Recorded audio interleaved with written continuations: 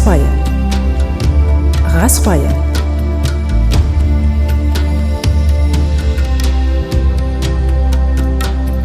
Rasfaya. Rasfaya. Rasfaya.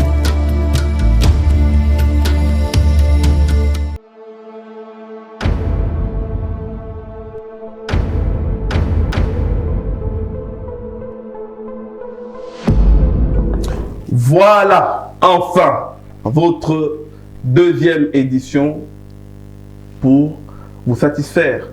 On vous a posé des questions aussi, encore une fois de plus, mais on va encore revenir après.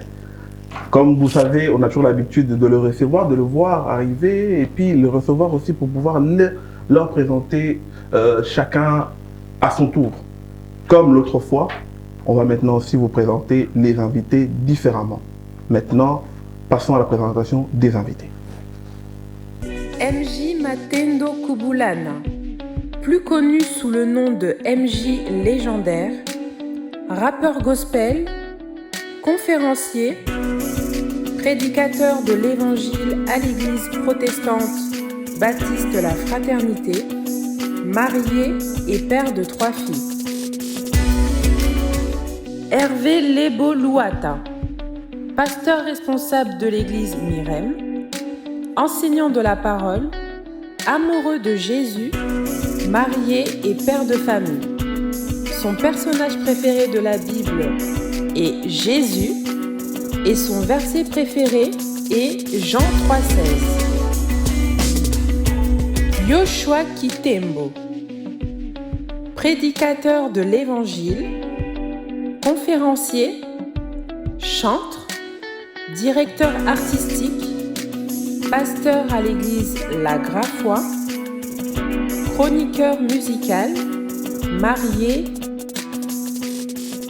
Jonathan Mukendi, étudiant, musicien, chantre, chef de chœur, directeur artistique et prédicateur en formation.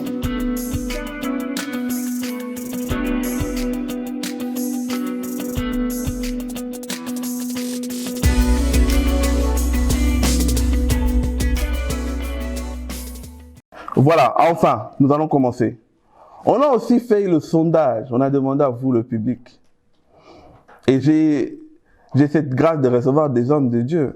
La plupart ici, c'est des hommes de Dieu. On a un seul frère, même si on va parler entre frères, mais ils vont défendre un peu des choses parce qu'on leur, entre guillemets, on les associe aussi à l'idolâtrie du siècle présent. Donc, le public a retenu 11 points. Pour eux, ça fait partie de l'idolâtrie du siècle présent.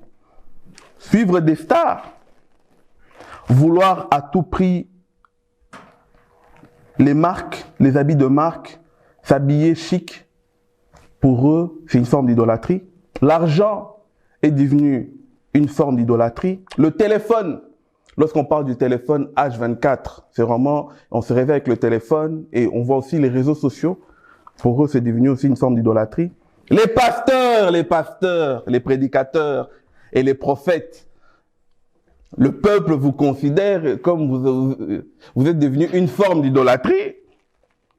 Une idolâtrie aussi envers soi-même, envers son ego. Et aussi une autre forme d'idolâtrie qu'on évoque, c'est les croyances ancestrales. Bokoko. On va parler un peu de tout ça. Toute pratique qui prend la place de Dieu. Et aussi un amour profond envers un mort. Moi j'ai une grand-mère ou un grand-père, lorsque je rêve de lui, etc. Donc tout ça, pour le public, c'est une forme d'idolâtrie. Un attachement prioritaire, un amour profond envers son conjoint, son enfant ou son animal. Voilà ce que le public vous avait dit. On va ouvrir le débat. On va demander à 2 hommes de Dieu de définir et les autres vont rebondir ceux qui sont d'accord ou pas. Je commencerai par le plus jeune. Mukendi, pour toi, c'est quoi l'idolâtrie d'abord? Pour moi, clairement, l'idolâtrie, c'est toute chose, toute personne qu'un individu met au-dessus de Dieu. Ok. Pour moi, à ce moment-là, ça devient de l'idolâtrie. Ça, c'est l'idolâtrie. Pour moi. D'accord. Clairement. Ok. Pasteur MJ, Es-tu d'accord un peu avec tous ces points-là? Es-tu d'accord que vous, les pasteurs, vous êtes devenus une forme d'idolâtrie pour le... Ça veut dire que les publics, enfin le peuple de Dieu aussi vous idole? Bah, on va dire que ça peut arriver. Vous idolâtre plutôt. Oui, voilà, ça peut arriver, mais maintenant, mettre ça comme une déclaration formelle comme ça, là, je suis pas d'accord, parce que moi, j'estime que c'est pas le cas et on veille à ce que ça soit pas le cas. Mais voilà, mais ça peut arriver. D'accord. Ça peut arriver. Et pour toi, c'est quoi l'idolâtrie? L'idolâtrie, ben, je rejoindrai un peu mon frère en disant que je mets juste en disant tout ce qui prend la place de Dieu. C'est-à-dire que voilà, tout ce qu'on met en priorité, ce qu'on pense en premier, ce qui prend vraiment, véritablement le temps de Dieu, l'énergie qu'on est censé donner à Dieu, toutes ces choses-là, eh ben, ce qu'on met devant à la place du Seigneur, justement, c'est ça qui devient une idole, en fait, en soi. Papa Hervé, est-ce que croire aux croyances ancestrales, croire avoir un attachement peut-être à fait que lorsque je rêve peut-être d'un mort aussi, ça veut dire c'est que le mort me dira ce que je veux faire, j'associe le deux. Est-ce que ça, c'est une forme d'idolâtrie? Je ne dirais pas que c'est une forme d'idolâtrie, parce que dans sa définition, idolâtrie, je le comprends comme si déifier quelqu'un, quelque chose ou un objet. Alors, tant qu'il n'y a pas, on n'est pas encore arrivé à ce stade-là de déifier le rêve, ça peut rester un rêve ou une communication, on peut dire maléfique, mais qui n'est pas encore l'idolâtrie jusqu'à là. Parce que l'idolâtrie, c'est une forme de dépendance. On ne sait pas être indépendant sans soit mon idole, si je n'ai pas écouté de la musique, je ne suis pas à l'aise, si je ne... XY, alors par rapport à nos ancêtres ou par rapport aux rêves, je ne dirais pas vraiment que c'est de l'idolâtrie tout de suite. Parce que je dois voir qu'est-ce que la personne reçoit. Est-ce qu'il vit selon ces rêves-là? Cette personne-là est-il chrétien? En même temps, s'il n'est pas chrétien, donc je ne veux pas directement lui catégoriser qu'il est idolâtre s'il n'a pas d'autre Dieu avant. Parce qu'un idolâtre, c'est celui qui remplace la gloire ou l'honneur qui revient à Dieu. Alors si c'est une personne qui au départ n'a pas de Dieu, alors il faut que je lui présente d'abord mon Dieu et à ce moment-là lui faire comprendre que tu es dans les rêves. Donc c'est un peu mix. Donc je ne serai pas très vite pour dire que c'est idolâtrie si ce n'est qu'un rêve. Pasteur, les réseaux sociaux, le téléphone, surtout les réseaux sociaux, tu es quand même l'un des prédicateurs qui maîtrise le mieux les réseaux sociaux parce que tu es sur la plateforme. On te voit même sur Twitter, tu tweets bien. Et est-ce que les réseaux sociaux, le téléphone, peut devenir une forme d'idolâtrie pour une personne? En fait, l'idolâtrie, ça peut devenir, en fait, l'idolâtrie, c'est un peu aussi, ça revient en fait, à chaque fois qu'il y a un excès et que c'est mal géré, et à chaque fois qu'on donne tout son temps, et comme l'ont dit les autres, qu'on donne la place de Dieu à cette chose-là, il n'y a plus déjà l'adoration, parce que tout chrétien vit d'adoration pour Dieu.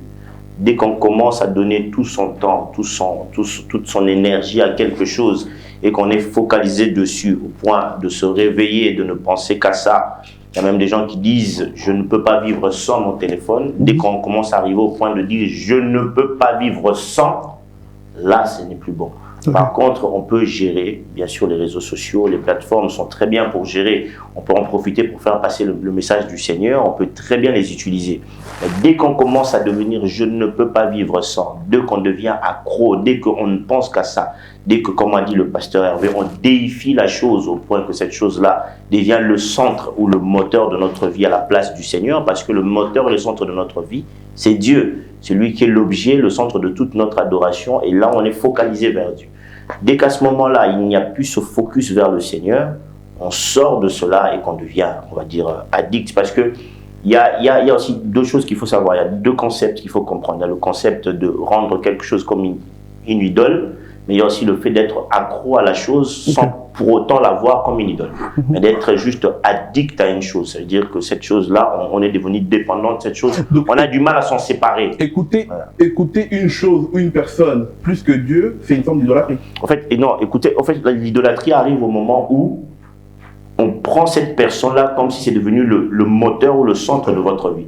Parfois, on peut être addict à une chose sans pour autant que dans notre fort intérieur, ça soit le moteur principal de notre vie. Mais quand la chose devient le moteur principal de notre vie, qu'on se dit, moi ici, ça ne va plus. Je vais même aller plus loin. Là, on parle des réseaux sociaux, mais il y a des personnes qui sont même qui déifient leurs épouses ou leurs maris. Ah, c'est ça. Donc à ce moment-là, moi j'ai déjà entendu des sœurs qui te disent que moi, si mon mari dit, moi je ne viens plus à l'église, à ce moment-là, il y a un problème. Donc c'est un peu ça en fait. Si je peux juste ajouter un peu à ce qu'a dit le pasteur Yoshua, c'est selon moi, bon, si ça va apporter un peu de contradiction, c'est pas grave, on peut parler des niveaux d'idolâtrie. Selon moi. Hein. De quel niveau? C'est-à-dire qu'il y a quelqu'un d'autre, comme on a parlé exemple ici, moi mon mari, s'il dit, cette personne-là ne sait pas qu'il est en train de vivre l'idolâtrie parce que la personne se cache derrière la soumission. Vous voyez? C'est-à-dire, je ne pourrais pas dire tout de suite que cette personne-là est dans l'idolâtrie. Et peut-être dans l'ignorance, elle est dans l'excès du respect. Au point de ne pas obéir à son Dieu à 100%, de peur de vous dire aussi que c'est Dieu qui a dit, femme, soyez soumise. Vous voyez? Donc à ce niveau-là, ça serait un peu fort pour moi de traiter cette personne pour dire que, aux idolâtres, je ne pourrais pas dire ça. Je pourrais peut-être dire, il y a une façon de voir. Exemple, le pasteur, je vais dire quelque chose encore ici que j'ai aimé, les réseaux sociaux. Que notre Peter dit que moi je suis sur les réseaux sociaux uniquement pour partager, pour faire les choses de Dieu, je suis là tout le temps. Cette dépendance-là te permet en fait de ne plus avoir la communion paternelle avec les autres. Tu es en train de t'éloigner tout doucement sans le savoir. C'est par rapport à ça que je parle de degrés, parce que tout homme peut se dire que je ne suis pas idolâtre. Parce que ça dépend de comment lui le voit. C'est même rare. C'est même rare que ça. Voilà, mais si on les catégorise, tu peux voir que tu es en voie. Est-ce qu'un idolâtre reconnaît directement qu'il est idolâtre? Est-ce qu'il est conscient qu'il est idolâtre? Ça dépend. Moi, je pense qu'il y en a peut-être qui sont un peu conscients qu'il y a un problème, mais peut-être pas jusqu'à se dire je suis idolâtre. Ouais, voilà. Ils il y a des personnes que je connais qui savent qu'ils ont un problème avec le téléphone, effectivement. Ils se rendent compte que c'est vraiment un problème, j'arrive pas. Et par exemple, nous, dans notre assemblée, lorsqu'on a la dernière semaine du mois, on fait le jeûne. Cette semaine-là, je recommande souvent à la plupart des fidèles, surtout ceux qui sont vraiment accros au téléphone, je dis, toi, le fait de ne pas manger, ça ne va rien changer pour toi. C'est quelqu'un qui peut faire ça très très facilement. C'est pas une privation de ne pas manger. Voilà. Par contre, si tu lui demandes de jeûner, de sacrifier par rapport à son téléphone, tu vas vraiment avoir des gens pour qui ça devient un problème. Il peut vraiment venir te voir en disant, pasteur, non, là, vraiment, c'est trop me demander. Voilà. Et ça, là, on se rend compte qu'il y a un problème. Donc, la personne n'est pas consciente, ou elle sent qu'il y a un problème, mais elle n'est pas consciente qu'elle a déjà atteint peut-être le niveau d'idolâtrie. J'aimerais vraiment encore ouvrir vraiment cette parenthèse avant que nous puissions rentrer là-dedans. On parle du siècle présent, c'est-à-dire qu'il y a des formes d'idolâtrie qui sont nées dans le siècle présent. Par exemple, dans le siècle présent, peut-être ça sera difficile de voir le veau d'or, mais il y a d'autres idolâtries qui sont nées dans le siècle présent. J'aimerais que peut-être chacun d'entre vous, si vous avez peut-être des formes d'idolâtrie que vous estimez qui sont actuels, que peut-être le corps du Christ où les gens ne se rendent pas compte, vous mettrez quoi peut-être en avant? Moi, personnellement, je pense qu'en fait, Salomon dit rien de nouveau sur le soleil. Rien n'est nouveau. C'est juste que, vu que l'humain avance, l'humain prend ce qui était déjà, le perfectionne et le change. Si on doit parler des moyens de communication, ça existait déjà. Si on doit parler de la musique, ça existait déjà. Les jeux, ça existait déjà. Les vêtements, ça existait déjà. L'homme, la femme, la sexualité, tout ce que tu veux, ça existait déjà. C'est juste que ça s'est perfectionné, ça a avancé. Et avec le perfectionnement, il y a eu beaucoup de personnes qui ont été plus touchées là où il y avait peut-être un cercle restreint des personnes. Par exemple, le téléphone, certes, il n'y en avait pas avant, mais il y avait des moyens de communication dont les gens étaient aussi accros avant et qui ils ont idolâtré. Voilà, je veux dire le mot.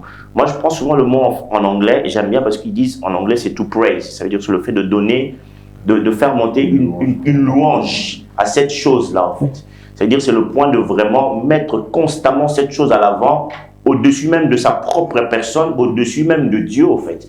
Et aujourd'hui, il y a des nouvelles choses qui ont apparu, qui se sont perfectionnés, comme le téléphone, comme on va dire les réseaux sociaux, et au point qu'on ne parle que des vêtements, on parle que de ça. Le pire, c'est qu'il est néfaste même, c'est que ces personnes-là qui sont dans cette forme d'idolâtrie, c'est qu'ils dépendent même de la vie de ceux qui reçoivent de cette chose-là, en fait. C'est-à-dire que, par exemple, si dans TikTok, tout le monde l'insulte, pour lui, c'est que TikTok dit, c'est que les personnes dans TikTok disent, c'est la réalité. En fait, l'idolâtrie, c'est au moment où tu commences à faire de ta propre réalité, la réalité de la chose que tu aimes le plus, au point même d'oublier ta propre personnalité, voire même Dieu, en fait. Et c'est là que ça devient vraiment très, très grave, en fait. Alors, je voudrais introduire cette pensée qu'un homme a une fois dit. Il a dit que aujourd'hui, beaucoup de pasteurs se sont faits de veaux d'or devant le peuple. Ça veut dire que eux-mêmes, ils sont devenus de veaux d'or devant le peuple. C'est-à-dire que c'est eux maintenant qui se sont présentés. C'est-à-dire que des fidèles sont capables de se battre bec et ongle lorsque tu touches à leur pasteur. Mais pour Jésus, on accepte. Est-ce que vous êtes d'accord ou pas sur la déclaration de cet homme de Dieu? Je ne suis pas d'accord. Pourquoi?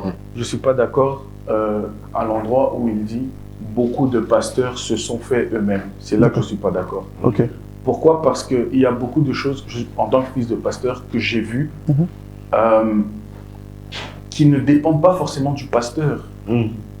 Il y a des attitudes que les fidèles dans l'église ont vis-à-vis du pasteur que le pasteur n'a pas demandé d'avoir, mais qui sont là. Et généralement, quand je pose la question à d'autres pasteurs, d'autres serviteurs de Dieu, il y en a qui m'ont répondu, je ne sais pas pourquoi il fait ça, mais lui sait pourquoi. Ok? Donc, c'est-à-dire quoi? Il y a des attitudes que le pasteur ne contrôle pas, mais que la personne qui commet ces actes-là sait ce qu'il attend de la part de Dieu. Tu vois? Il y a des actes qu'on commet vis-à-vis des hommes de Dieu qui sont bénéfiques pour nos vies. Et généralement, quand les personnes de l'extérieur voient certains actes qui peuvent être des fois dans l'abus, un peu excessif, voilà, ils catégorisent ça comme idolâtrie. Et ils disent généralement que voilà, c'est le pasteur qui a permis à ce que... Mais ce n'est pas toujours le pasteur. Mais docteur Hervé, il est là, je prendrai sa citation. Il dit toujours Aaron, fais attention, Moïse va descendre. Tu l'as dit. J'ai des preuves. Aaron, Moïse, tu vas descendre, défends des preuves. Donc, ça veut dire tu parles qu'Aaron quand même, quand tu parles d'Aaron, tu parles des serviteurs de Dieu. Qu'est-ce que tu as dit par rapport à ça? La continuons, papa. Je dis ce que tu as dit. En fait, bon, je vais essayer un peu de répondre pour dire, là, ce n'est peut-être pas le public qui fait de l'homme de Dieu un idole, mais c'est l'homme de Dieu qui fait l'idole pour le peuple. C'est une différence, c'est une nuance. Ça revient au même. Hein. Non, pas du tout. Pas du tout. On crée un idole. Non, il faut faire la différence. Le peuple n'a pas vénéré Aaron. On vénérait le veau d'or.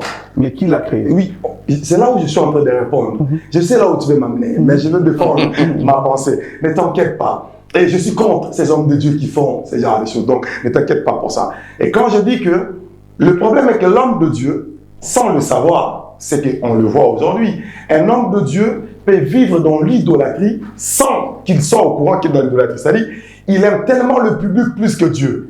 Il veut tellement donner plus que Dieu. Il devient idole sans que lui-même le sache. Il aime tellement la prédication plus que Dieu. Il aime tellement enseigner plus que l'enseignant lui-même Dieu. C'est-à-dire, il veut tout à tout prix. Et deux fois, on devient un roi, on donne ce que le peuple veut entendre. On leur donne ce que le peuple a besoin. C'est-à-dire, c'est l'homme de Dieu qui a ramené l'idolâtrie dans le peuple. C'est-à-dire, le peuple était innocent. Le peuple peut venir aujourd'hui, le peuple vient et dit, ah, pasteur, moi, voler, c'est pas mal. La réalité, c'est de l'homme de Dieu. Non, je parle d'abord dans ce cas-là d'Aaron, parce que tu m'as pris ma citation. Oui, donc, je le défendais. Maintenant, il y a aussi les hommes de Dieu qui sont devenus des idoles pour des humains, pour nous, les hommes. Ça, on ne peut pas les nier. Oui. On ne peut pas faire semblant. Oui, parce que lorsqu'on voit des photos des hommes de Dieu, je pense que nous tous on l'a vu, il y a une des photos qui a fait ravage, où on voit l'homme de Dieu assis dans l'estrade. Il est assis sur une chaise comme un trône, et toute l'église à genoux vers l'homme de Dieu. Même si on priait, mais l'image a fait polémique. Tout Quand à on fait. regarde ça. Bon, je vais nuancer ce côté-là parce que je pourrais dire, est-ce que c'était de l'idolâtrie? Je pourrais peut-être dire, peut-être pas, mais peut-être que moi, je pourrais aller très loin pour dire que ça peut être de l'apostasie, l'abandon de la foi. Dans un lieu saint, et on amène un désordre à ce niveau-là. Ça, ce sont les propos que j'assume. Mais quand on parle de l'idolâtrie, en même temps, il faut savoir que les hommes de Dieu, nous qui sommes hommes de Dieu, nous qui ramenons le peuple de Dieu vers Dieu, nous devenons leurs idoles quand nous ne les montrons pas qu'il y a Christ qui est plus que nous. Il y a dans des églises, vous avez seulement vu la photo de quelqu'un qui était sur une chaise. Ça, c'est rien. Il y a une église où la photo d'un humain est à l'église. C'est idolâtrie ou pas? Mais c'est plus que même l'idolâtrie, c'est même insulter Dieu. On dirait que, et les gens se résument même, on dit que l'homme a dit. Ce n'est pas que Dieu a dit, on dit l'homme a dit, le pasteur a dit, l'apôtre a dit, le prophète a dit. Que la Bible dit. Alors là, on est vraiment dans une forme de, pas seulement de l'idolâtrie, de l'hérésie, de la perdition, de l'égarement, un peu de tout dedans. Parce qu'on a maintenant déifié l'homme. C'est lui qui est devenu notre Dieu. C'est-à-dire, pasteur Richard, pourquoi tu ne manges pas le porc? Les prophètes avaient dit qu'on ne mange pas les porcs. C'est-à-dire, ainsi dit les prophètes, là devient Dieu en fait.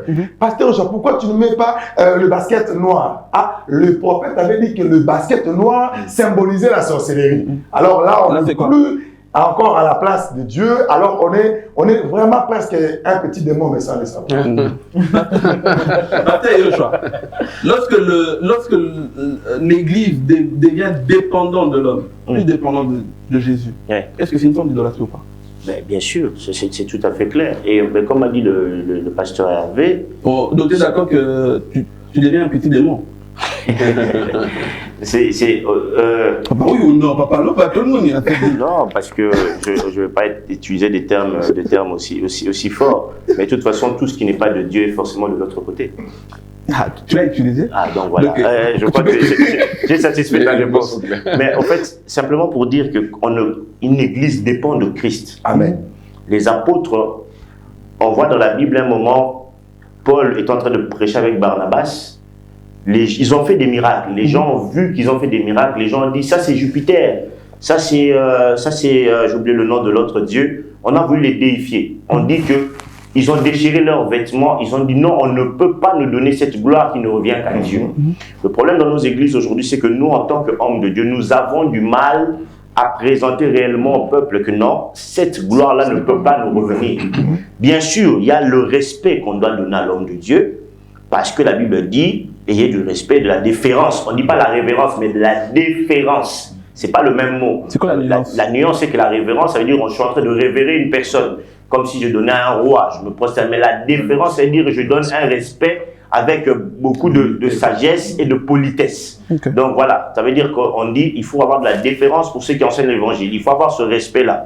Mais cela ne doit pas pousser que l'humain prenne la place de Dieu dans l'église au point que... On voit ça aujourd'hui, si le pasteur n'est pas là, la moitié de l'église ne viendra pas. C'est ça. On a vu, moi j'ai entendu dans une église où le chef de l'église disait aux gens, ne mettez pas les photos de vos parents dans votre maison quand ils sont morts, mais quand lui-même est mort, tout le monde a mis sa photo dans sa maison, comme si c'était une idole. Là, l'église ne peut pas dépendre d'une personne, dépendre de Christ, parce que l'humain reçoit une charge, mais l'humain peut passer. La mission doit continuer. Après Moïse, il y a eu Josué.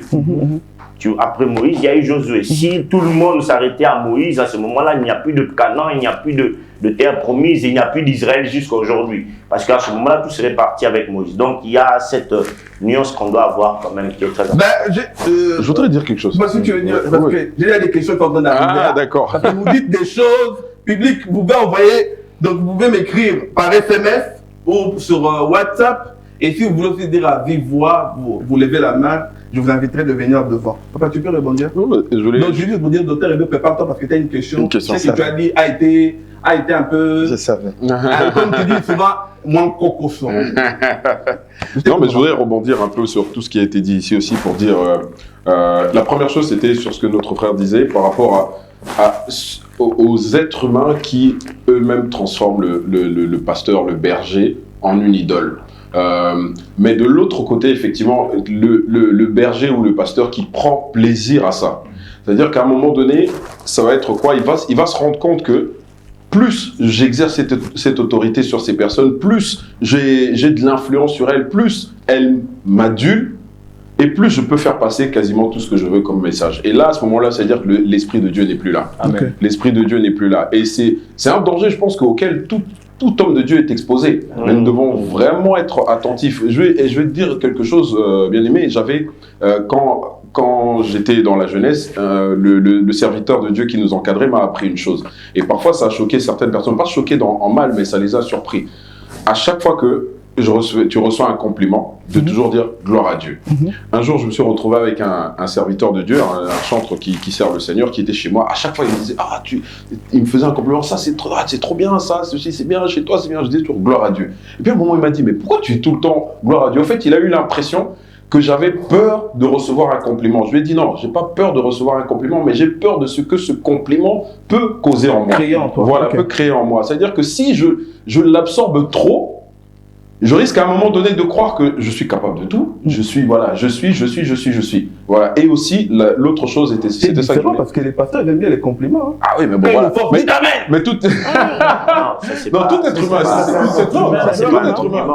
Non, l'amène parfois on cherche l'amène pour que voilà, il y en a qui cherchent ça pour avoir une impulsion comme ça pour pouvoir continuer, mais bon voilà, ça c'est encore autre chose. Moi j'ai entendu qu'il y a des pasteurs qui aiment que le public dise donne-moi un amen pour que donne-moi un amen, dis pasteur je prêche bien, pasteur tu avances bien. Moi je pense que si la personne est touchée par le message, spontanément ça va se faire. Je pense que parfois c'est pas toujours nécessaire de le demander, mais il peut arriver à un moment donné, ça fait aussi partie de la formation à un moment donné pour être sûr de recaptiver l'attention du public. Tu peux lancer un amen. Parfois il y avait quelqu'un qui était distrait, il entend amen, il sursaute un peu, il revient et tu es reparti. Par rapport à la dépendance, est-ce que toute dépendance est une forme d'idolâtrie? Pas nécessaire. Non. Ça dépend de quoi, par rapport à quel sujet par exemple? Je veux dire, si on parle ici de ce sujet-là. De ce sujet par exemple. Bon. C'est délicat. Je veux dire, il y a des personnes qui dépendent très très fortement de leur pasteur. Okay. Maintenant, il y aura un danger là-dedans pour moi. Ce sera quoi? C'est que ces personnes-là, le Seigneur nous apprend à être des panneaux indicateurs de la croix. C'est-à-dire, nous, on montre aux gens comment il faut faire. Mais si maintenant, une personne, depuis qu'elle est arrivée à l'église, elle est incapable de faire la moindre chose, du début jusqu'à la fin. Toujours dans là, à ce moment-là, il y a un petit problème. Peut-être qu'à ce moment-là, elle a déjà déifié le pasteur et que le pasteur s'en est pas rendu compte. D'accord. Ouais. J'ai une question ici. On nous dit, sur base de fait que Papa Lebo vient de dire, pourquoi nous basons-nous sur ce que Paul a prescrit aux églises? Nous faisons pas certaines choses parce que Paul l'a interdit. Je ne sais pas si quelqu'un... Je n'ai pas compris. Je crois que j'ai compris. T'as compris? Oui, je crois que j'ai compris. Je crois que quand tu as dit tantôt, pourquoi est-ce que tu ne portes pas des baskets noires?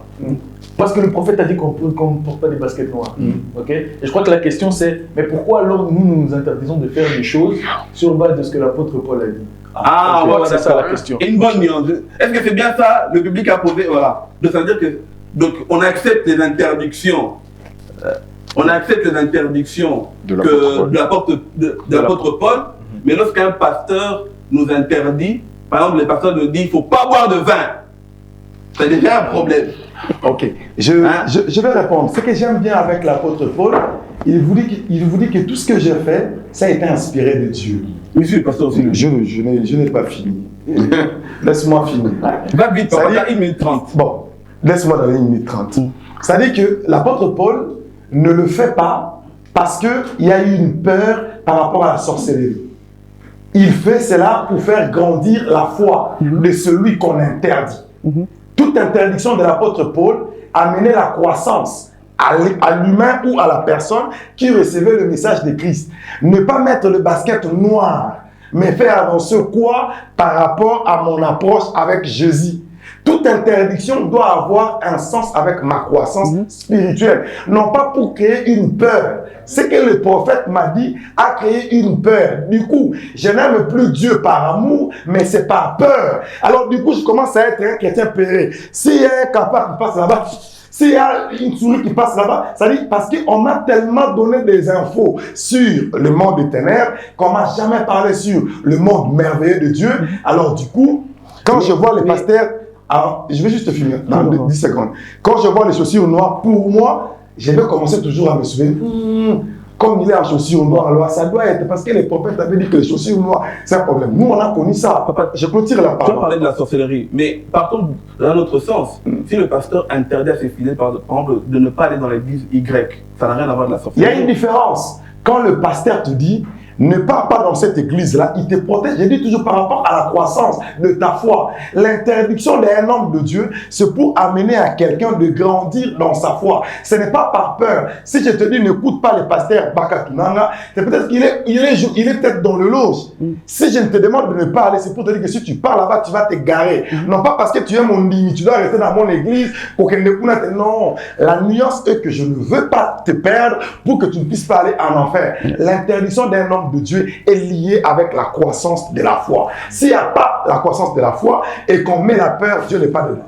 J'ai quelque chose à dire par rapport à ça, parce que c'est vrai qu'il a dit que l'interdiction, c'est pour la croissance de la foi. La Bible dit que la foi vient de ce qu'on entend, et ce qu'on entend vient de la parole de Dieu. Amen. Donc je crois que, normalement, un homme de Dieu, quand il donne une interdiction, il a toujours une base biblique. Okay. Il y a toujours Dieu dedans.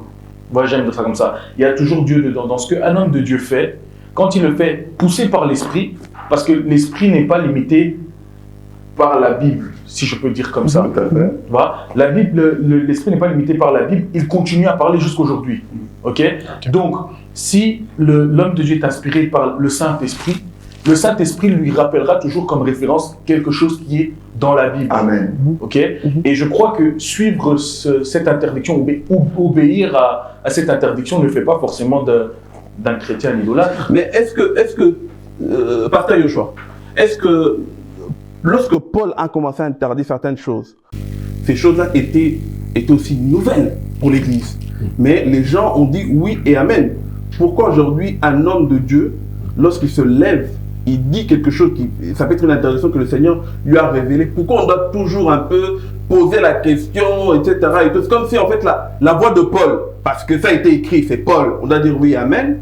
Et la voix de ce que l'homme de Dieu peut dire aujourd'hui, on doit nuancer parce qu'il n'est pas dans le temps de Paul. C'est pour ça qu'un homme de Dieu que nous connaissons a même dit que par exemple pour lui, il y a des apôtres aujourd'hui qui sont au même rang que Paul. Moi, je trouve ça quand même un peu bizarre. Ils ont tous la même Bible.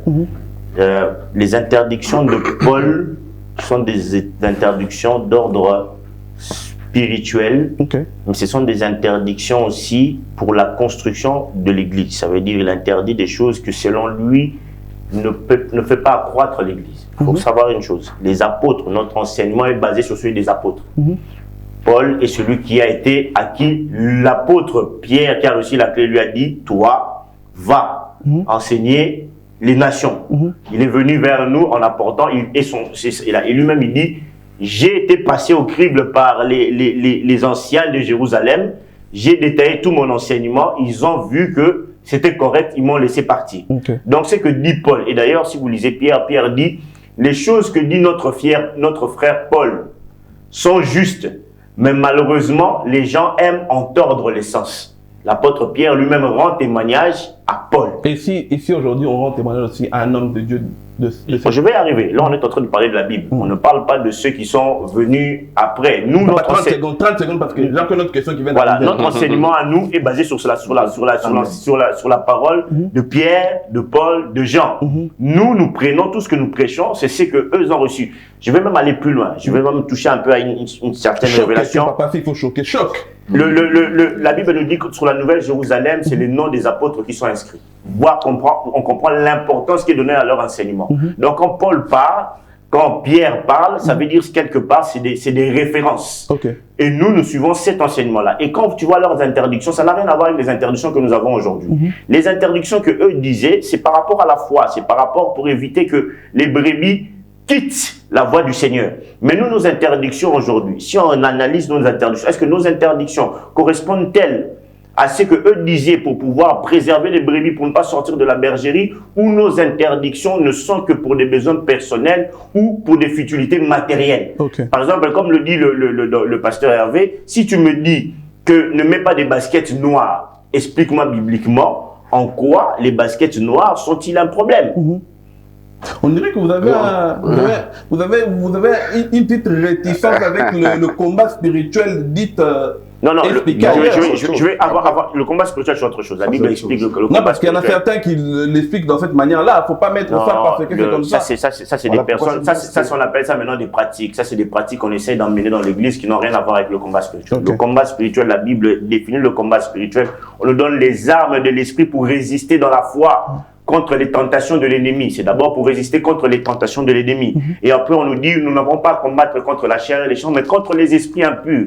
Et après, on nous dit que vous avez reçu le pouvoir de marcher sur les serpents et les scorpions. Donc, on nous donne tout l'armement spirituel pour ne plus avoir peur. Mais ce que nous, on nous enseigne comme le combat spirituel, c'est pour conduire le chrétien à ne plus avoir la foi, mais avoir la peur. Au fait, le chrétien devient craintif. Il voit une souris, il a peur. Il voit un cafard, il a peur. Il ne peut plus passer à côté d'un cimetière parce qu'à côté d'un cimetière, il y a des esprits. Ça, ce n'est plus la foi, en fait. Ça, c'est la peur. Or que le chrétien, avec toutes les armes qu'on lui a données, ce n'est plus pour avoir peur, en fait. Merci, papa, pour cet éclaircissement. La personne que je vais lire sa question maintenant, je la demande juste peut-être de réécrire la première, parce que la première, j'ai peur de pas bien la comprendre. J'ai lu la deuxième qui vient d'envoyer. Je te demande, papa, comme ça tu peux pas répondre, parce que je sais que le docteur là-bas au bout, il va essayer de répondre à la fin. Ceux qui adorent un autre Dieu que Jésus, sont-ils des idolâtres? Je dois vraiment répondre. On a posé la question, il n'y a pas de questions bêtes. Il peut y avoir un piège dedans. Je suis en train d'étudier où se trouve le piège dedans là. Parce que je me dis, mais c'est trop simple. C'est trop simple pour être vrai. Je me dis, bon, ok. La révélation parfaite de Dieu est dans la personne de Jésus-Christ. Yes. Donc, si on a besoin d'autre chose, il y a un problème pour moi. Voilà, il y a un problème pour moi parce que maintenant. Donc, d'autres religions, ce sont des idolâtres. Oui. Pour moi, oui. Parce que Jésus-Christ a dit quelque chose. Il a dit, je suis. Il y a une question dans le Bible de ça? Il a utilisé une expression. Il a dit, je suis. Déjà, le je suis montre déjà, c'est déjà l'image, la définition de Dieu. Je suis, I am.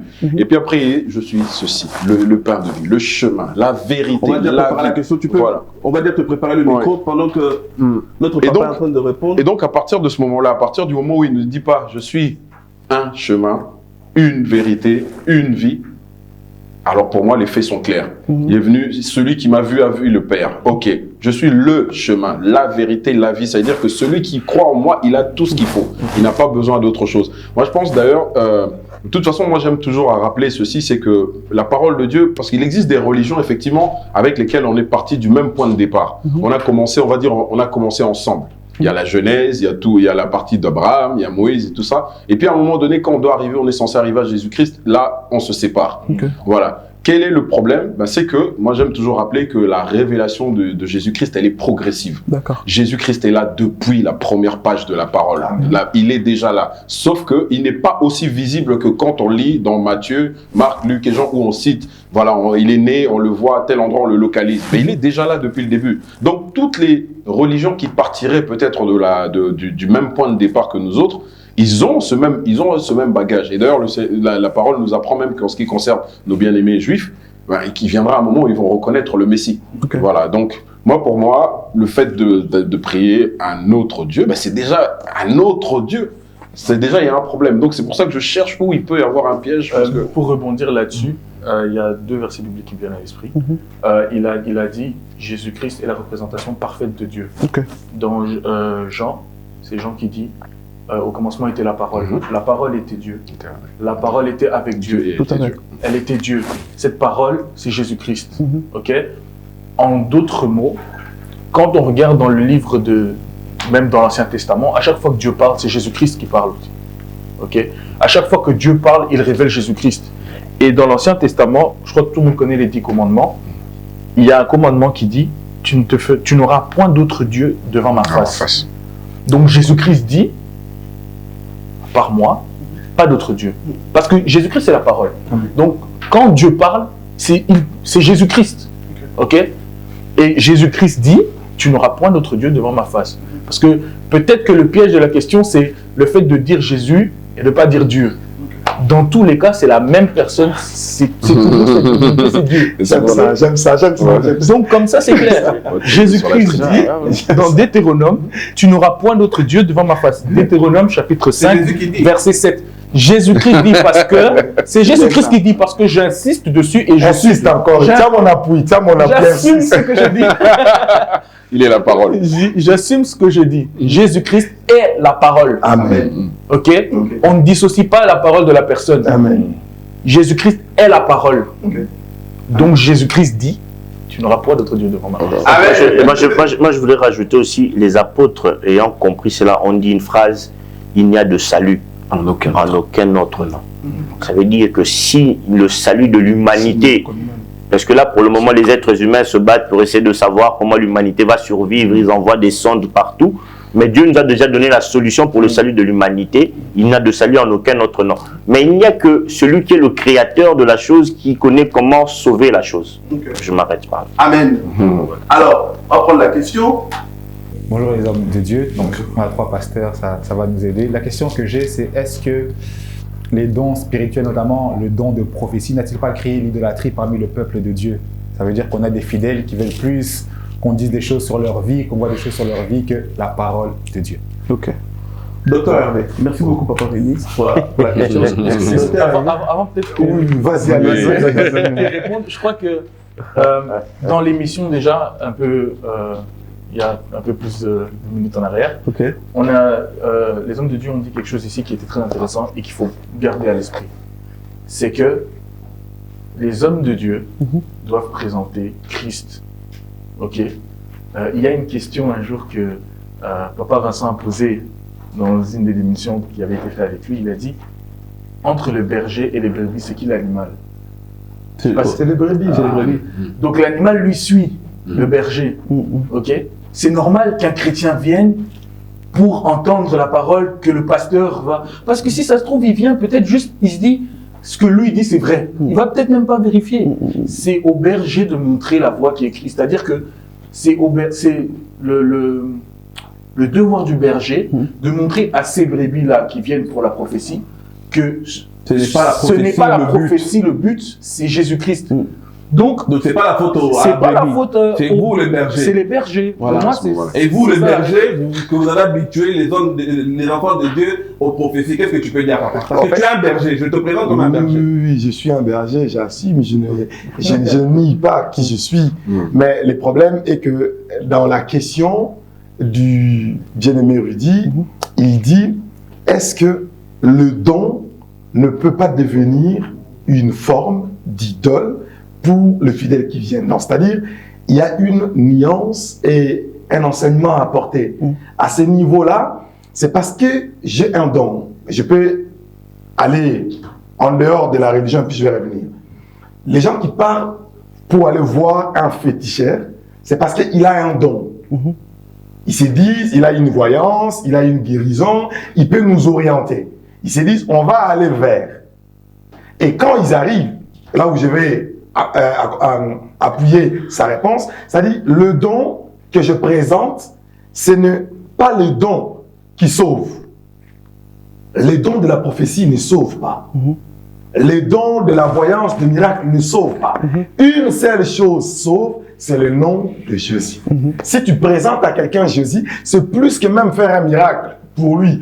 Vaut mieux même mourir sans miracle, mais recevoir Jésus.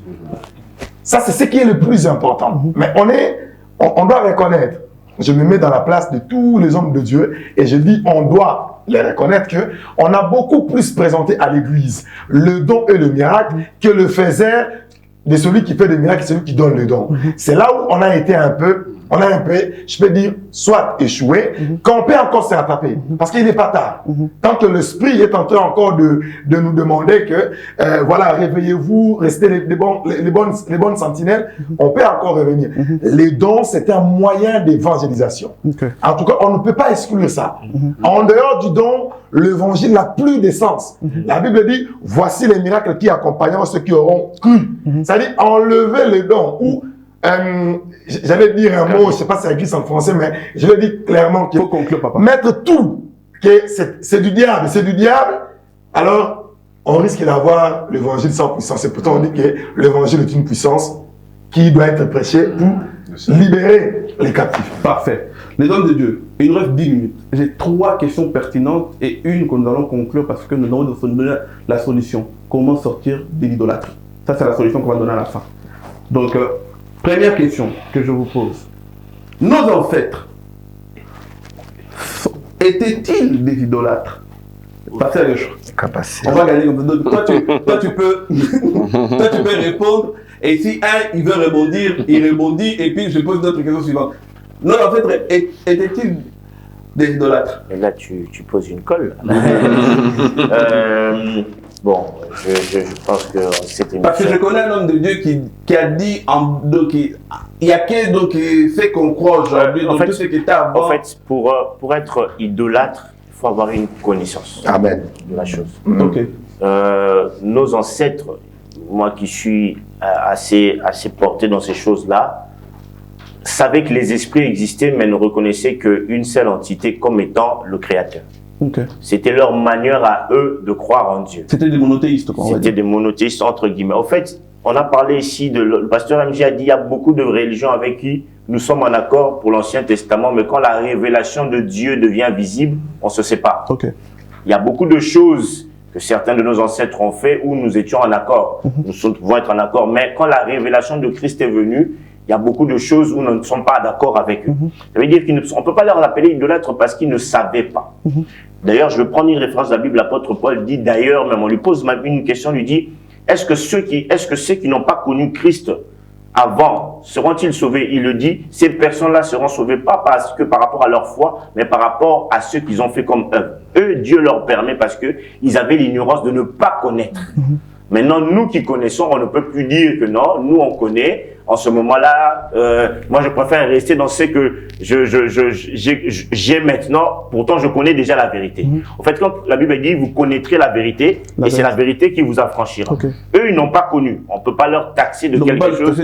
Non, on ne peut pas leur traiter d'idolâtre. Comme il y en a certains, par exemple, qui disent aujourd'hui Kingunza. C'est pas de l'idolâtrie. Non, parce qu'aujourd'hui, la Kingunza, on connaît tous la Bible, on connaît la révélation, on connaît la parole de Dieu. Aujourd'hui, aujourd'hui tu es idolâtre tant que tu connais que le salut c'est Christ, tant que tu connais la révélation de Dieu et que tu restes dans ces choses-là. Non, en fait il y a une chose, il y a ce qu'on appelle les traditions humaines qui sont bonnes, mais il y a l'idolâtrie. L'idolâtrie c'est le fait, comme je l'ai dit toujours, je le dis en anglais, pray, c'est-à-dire c'est de donner toute sa louange et son adoration à une certaine entité. Mais quand on est ignorant, on n'est pas idolâtre. Quand tu es totalement ignorant, comment tu veux que même Dieu, quand tu te présentes dans l'erreur, qu'est-ce que tu diras? Tu es dans l'erreur, Dieu ne dira pas que... Non, tu n'es pas idolâtre en ce moment-là. Est-ce que quelqu'un va rajouter quelque chose? Je vais passer à la question suivante. Passe à la question suivante. Ok, parfait. La question suivante. Vous avez parlé de la différence entre l'idolâtrie, l'addiction et d'autres concepts qui sont compris dans l'idolâtrie. Mais attends, je répète la question. Vous avez parlé de la différence entre l'idolâtrie, l'addiction, d'autres concepts qui sont compris comme idolâtres, mais qui ne le sont pas. Quelle est la limite entre ces concepts et l'idolâtrie? Pasteur Élie.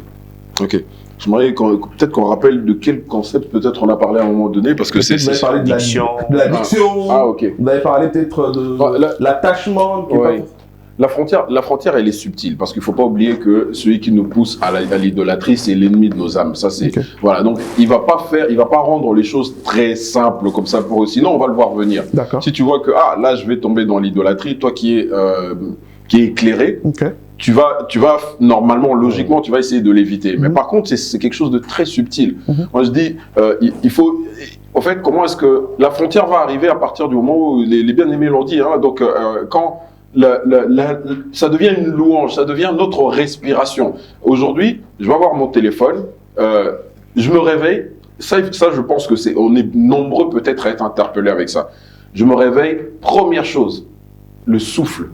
Moi, j'appelle ça même les prémices de ma respiration. Au lieu que ça soit merci Seigneur de m'avoir redonné la vie, premier réflexe, c'est je prends mon téléphone. Bah oui, on dit seulement le réveil et puis on regarde qui m'a envoyé les messages par la nuit. C'est ça. Si par exemple, dans ce cas-là, par exemple, si je me limite à stopper le réveil, à désactiver le réveil, parce qu'effectivement, c'est ça qui sonne.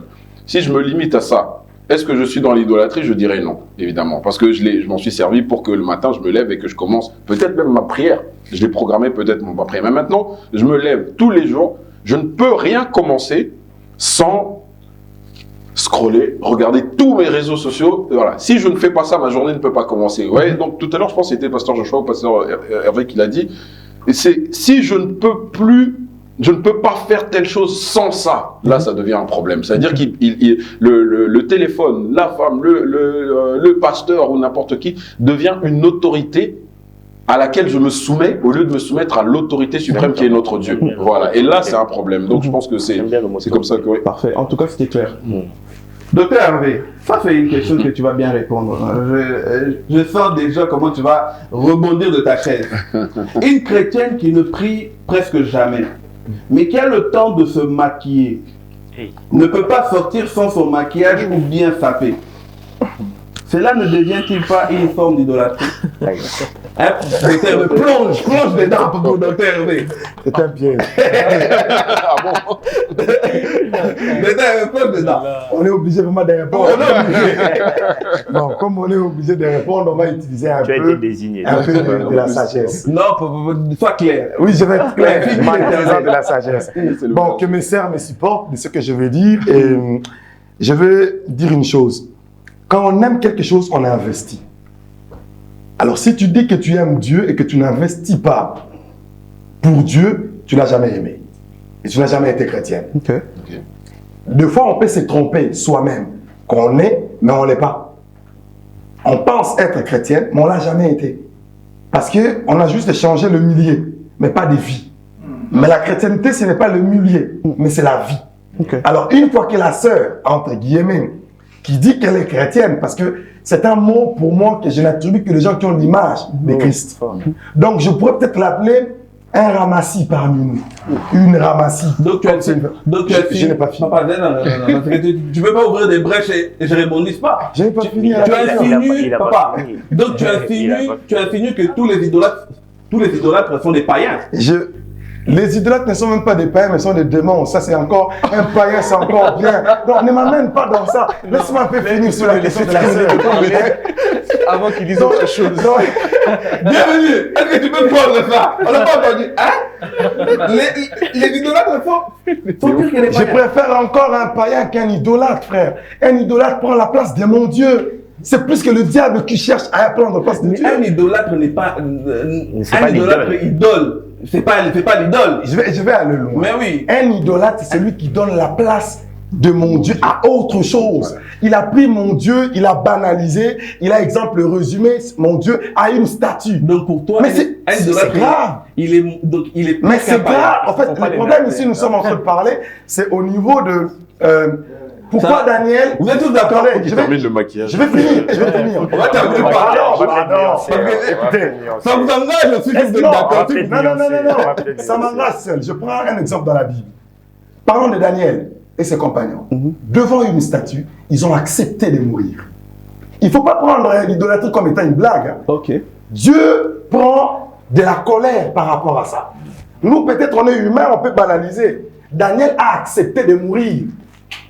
Ses compagnons ont dit, c'est pas grave. Si c'est pour mourir, on va mourir. Mais on va pas être des idolâtres, pour s'agenouiller devant la statue. À ce point. Donc pour toi, une sœur qui ne sort pas sans ton maquillage... La question que tu as posée sur la sœur, tu as posé la question si la sœur qui met le maquillage, si elle était idolâtre, tu étais en train d'arriver. Papa, oui ou non, papa, on doit conclure, papa. Oui ou non? Elle est idolâtre ou pas? En fait, le problème pour dire oui ou non, j'ai d'abord besoin de savoir si elle était chrétienne. Elle a dit que Elle est Tu vois, chrétienne. le problème, c'est elle qui a dit. Elle est chrétienne. Non, le problème, c'est que c'est elle qui a dit. Elle qu'elle va à est l'église, chrétienne. elle prie. Ça n'avait Elle rien chante. dire. Ça n'avait rien dire. On peut être prédicateur sans être appelé. hein. Bon, le chantre, la bino, la raté, mais malade à maquette, pas chrétienne, pas païenne. Franchement, tu es d'accord avec ça? moi, je suis tout à fait d'accord. Je suis tout à fait d'accord avec ça parce que être chrétien, tu ne peux pas dire toi que tu es chrétien. Parce que quand on regarde le mot chrétien, la première fois qu'on a donné que ce nom est sorti, c'était les gens de l'extérieur qui ont taxé des gens, un groupe de personnes qui voulaient ressembler à Christ. On les a taxés, vous là, vous êtes des chrétiens. À la base des bases, moi j'ai toujours dit, dire le mot là chrétien de base, c'est une insulte. Parce que c'est des gens de l'extérieur qui disent, regarde moi ces gens-là qui veulent vivre comme Jésus, c'est chrétien. Donc tu es d'accord aussi que... Donc moi je suis tout à fait d'accord avec le pasteur, je le rejoins quand il dit, c'est elle qui dit. Mais un chrétien, c'est pas ce que tu dis, c'est ce que tu fais, ce que tu es. C'est ça être chrétien. On dit pas, je m'appelle chrétien, on dit je suis chrétien. Donc c'est un être. Il s'agit pas de... Il faut pas banaliser, comme il a dit, il faut pas banaliser. Moi, ce que je retiens, là où- que je retiens, docteur Hervé a dit, une sœur comme ça, pour le maquillage, elle est idolâtre, et idolâtrie est pire que païen. Non, c'est Elle en est fait, ramassée, non, si tu veux. c'est Voyez. là où je les comprends, dans le sens que Donc là où tu es d'accord. je vais les Ah, il comprendre. n'est pas d'accord, il nous comprend. Non, c'est pas dit que je ne On suis pas termine là, d'accord. on va Je vais terminer là. nuancer. Parce que on va nuancer. Il y a des personnes qui n'ont pas l'amour encore de la prière. C'est là où moi je vais nuancer. Il y a des personnes dans l'église qui n'ont pas encore pris les habitudes de la prière. Il y a des personnes à qui on doit même montrer les habitudes de la prière. Si cette sœur-là est dans ce cas-là, je ne dirais pas que c'est une ramassie. Elle a juste besoin qu'on lui apprenne, qu'on lui donne le feu, qu'on lui explique comment se mettre à prier. Donc, elle n'est pas encore chrétienne. Non, ce n'est pas qu'elle n'est pas encore Si elle est chrétienne. chrétienne, Elle est chrétienne. elle a besoin d'être affairée. Même Tu n'avais la pas forme. dit ça, papa, tu n'avais pas dit Même- ça. Tu étais d'accord avec lui. Je rentre dans sa Non, nuance. même la Bible, même la Tu Bible. étais d'accord avec docteur Même Hervé. nous, je vais donner mon Sur un exemple. point bien précis. Je vais donner mon exemple. Moi, j'ai été baptisé en 2000. Mais la connaissance de Dieu que j'avais en 2000 et celle que j'ai maintenant n'est pas la même. J'étais un enfant. J'étais un enfant, j'ai grandi, j'ai appris, on m'a appris dans l'intercession, à l'intercession comment prier, on m'a appris comment tu dois gérer une délivrance, comment tu dois préparer une prédication. Tout ça, je n'ai pas appris ça en étant baptisé le même jour. Peut-être que la sœur ne sait pas comment prier longtemps. Il y a des chrétiens qui viennent me dire, Mais c'est pasteur, quand on commence à se maquiller, quoi. oui, mais le maquillage, c'est Mais quelque est-ce que la chose question, le problème n'est pas le maquillage. est-ce que la question c'était le fait qu'elle se maquille ou le fait qu'elle ne peut jamais sortir Elle sans se peut maquiller? jamais sortir sans son Oui, maquillage. mais il y a des personnes qui ne peuvent jamais sortir sans leur maquillage. Ça, c'est autre Mais vous chose. aussi, vous ne pouvez pas sortir sans vos téléphones, hein? Est-ce que vous êtes des idolâtres? Si, moi, je C'est peux différent, ça. Ça, c'est Vous savez, si on doit lire l'histoire des maquillages, là, l'émission ne va pas finir. Moi, les sœurs vont me détester. On t'arrête pas, non, c'est bon, c'est bon. C'est pour ça que je t'ai sauvé. C'est pour ça que, Ouais, parce que il faut quand même faire attention avec cette histoire de maquillage. Parce qu'il y a une sœur qui ne sait pas sortir sans son maquillage. Ok, ça, c'est un autre problème. Tu peux épouser une Ça, autre c'est- femme, non, voir te rêver, tu non, es une autre ça, c'est- femme. là, tu Papa, faut vois un assumer peu. ce que tu as dit. Là, c'est un autre. maquillage. Papa John, l'histoire de maquillage, une sœur qui n'arrive pas à sortir sans se maquiller, pour moi, Elle est franchement, dans la complexe. question, il y a deux parts. Le problème du maquillage, c'est un autre problème à régler. Mais le problème de la prière est un autre problème à régler. Voilà. Je sais que la personne qui a posé la question a voulu les combiner, mais selon moi, C'est déjà pas- la question, ce n'est pas combinable. Merci, papa. On peut Pour moi, arrêter là. c'est En pas tout cas, combinable. un grand merci. Docteur Hervé, on va s'arrêter là. Non, mais il a Pasteur.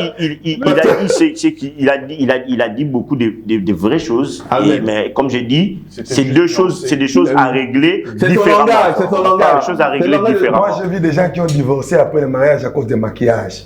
La femme que tu as épousée, le lendemain, ce n'est pas la même personne. C'est pas pareil. Donc, tu m'as trompé. Là, on parle de. C'est de la tromperie, carrément. Tu me vends une beauté que tu ne On pas. va clôturer. Frère, C'est- moi je pense que tu es le bio là. Je découvre que tu es sénégalais. On va arrêter. On va clôturer. On fera une émission spéciale sur Voilà, le maquillage. sur le maquillage. Voilà. Que nos sœurs me pardonnent. Pardonnez-moi, nos sœurs. Ah, mais tu as dit que tu as la suite. Papa, ce que vous avez, Voilà. mais ce que vous avez entendu, vous avez le droit de réponse. On va revenir là-dessus. Si vous n'êtes pas d'accord, écrivez-moi. Son Facebook, on va lui donner son Facebook. Le frère docteur Hervé, Je ne pasteur serai Hervé pas sur le plateau. Il faut donner son Facebook aussi. Hein. Papa MG, il est connu. Hervé Aigle, vous tapez ça, vous allez le trouver directement. Papa MG, on va clôturer par toi, parce que c'est quelque chose quand même de pertinent, on va essayer de recentrer ça. Tu vas regarder la caméra, tu vas dire à quelqu'un comment, peut-être avec ce que le Seigneur te donnera, comment sortir de l'idolâtrie. En donnant peut-être une clé ou deux clés, et puis en 30 secondes, prier pour cette personne-là, et nous allons terminer par là. Ok. Donc tu vas regarder cette caméra là au milieu là. D'accord. Je vais simplement rebondir sur un des versets qui a été déjà cité par l'homme de Dieu. Vous connaîtrez la vérité et la vérité vous rendra libre. C'est ça, affranchir, vous rendre libre, vous donnera la liberté. Le fait d'être dans l'idolâtrie, c'est une forme d'esclavage. Ça veut dire qu'on est sous l'emprise de quelque chose. Et pour pouvoir quitter cette emprise-là, il faut qu'on puisse avoir la connaissance de la vérité. Donc pour pouvoir en sortir, il faut, moi je pense, quand on a pris conscience de ça, il faut déjà demander de l'aide. Et les hommes de Dieu, les serviteurs de Dieu qui sont là, qui ont pour responsabilité d'enseigner, de donner la connaissance à la personne pour que quand la personne connaîtra d'elle-même, elle puisse prendre la résolution de lâcher ces choses-là. Parce qu'il est arrivé des fois où on a pris la décision à la place de la personne, mais dans la réalité, la personne n'a jamais arrêté. Donc il faut que la personne soit consciente de la vérité parce que la vérité te fait comprendre que ça va avoir ceci comme conséquence et donc du coup, il vaut mieux que je m'en détache. Ça, c'est une des pistes que je peux donner à l'heure. Alors, est-ce que tu peux prier pour cette personne et nous allons terminer cette émission. Okay. Seigneur Dieu notre Père, je te rends grâce et je te bénis Seigneur pour ce thème, Seigneur, pour ces réflexions, Seigneur, que nous avons autour de ta parole. Père éternel, je veux maintenant, en ce moment, te recommander cette personne, cette sœur, ce frère, Seigneur, qui est vraiment plongé, baigné dans l'idolâtrie. Seigneur, qu'il en soit conscient ou qu'il n'en soit pas conscient. Seigneur, parce que le danger est toujours là malgré tout. Père éternel, je te prie, afin, ô Dieu, que tu puisses intervenir dans la vie de ces personnes, Seigneur, que ton secours les atteigne, que ta vérité, Seigneur, puisse les atteindre. Père éternel, suscite des personnes autour de ces gens-là, Père éternel, afin que elles puissent recevoir la révélation de ta vérité, de la vérité que tu es, Seigneur notre Dieu. Vraiment, Père, pour que nos bien-aimés puissent quitter. Je prie et je me lève contre toutes les forteresses qui se sont dressées sur la vie des enfants de Dieu. Les forteresses de ces mensonges, Seigneur. Ce à quoi tes enfants se soumettent, Seigneur Dieu, croyant bien faire ou croyant aller là où ils obtiendront peut-être des choses qu'ils sont en train de rechercher, Seigneur Dieu. Je te prie, Seigneur, que tu puisses encore les recentrer, Seigneur, que leur regard soit tourné vers toi, Seigneur Dieu, et qu'ils puissent se détourner du mal qui les conduit en enfer. Père éternel, aie compassion, Seigneur. Nous avons tous autrefois couru après des choses, après des chimères. Nous avons tous couru, Seigneur, après des futilités, Seigneur, que nous avons cru qu'ils allaient nous apporter le bonheur. Et nous avons idolâtré des femmes, nous avons idolâtré des plaisirs mondains, nous avons idolâtré, Seigneur Dieu, des choses dans lesquelles nous pensions pouvoir trouver satisfaction. Mais force était de constater, Seigneur, que jamais nous n'avons trouvé satisfaction, jamais nous n'avons trouvé la paix, parce que la véritable paix ne se trouve qu'en toi, Seigneur notre Dieu. Je te prie que tu te manifestes dans la vie, Seigneur, de tes enfants, parce qu'ils ont un vide qui n'a la forme que de toi, notre Dieu. Amen. Ce vide en forme de Dieu, Seigneur, je prie que tu puisses combler le vide dans la vie de ce frère, combler le vide dans la vie de cette sœur qui se réfugie dans toutes ces choses qu'elle idolâtre ou qu'il idolâtre, mon Dieu. Merci, Seigneur, parce que toi qui as commencé cette œuvre, Seigneur, je prie pour ce frère, Seigneur, qui nous suit aujourd'hui, pour cette sœur qui nous suit aujourd'hui, ce que tu as commencé, le fait d'avoir interpellé cette personne pour qu'elle puisse suivre cette émission et entendre ces paroles. Seigneur, que tu puisses achever ce que tu as commencé et que ton œuvre soit parfaite en lui et en elle. J'ai ainsi prié dans le puissant nom de Jésus-Christ. Qu'il en soit ainsi. Amen. Amen. En tout cas, merci pour cette prière. On dirait que tu rappais, mais tu étais connecté avec le Seigneur. On se connaît. Allez, merci au homme de Dieu. Merci à vos langages. En tout cas, vous avez été vraiment très complémentaires. Vous avez apporté ce qu'il fallait. Il y aura des retours. On reviendra sur des retours. Si vous avez été bénis, manifestez-vous. Si vous avez des suggestions, manifestez-vous. Nous sommes là. C'est Onesha Production qui produit cette émission. Vous êtes dans ce plateau de Race Royale. Soyez bénis. À très vite.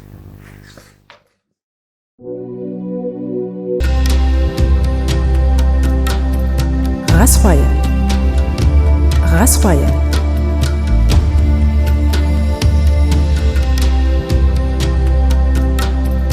Race Royale. Race Royale.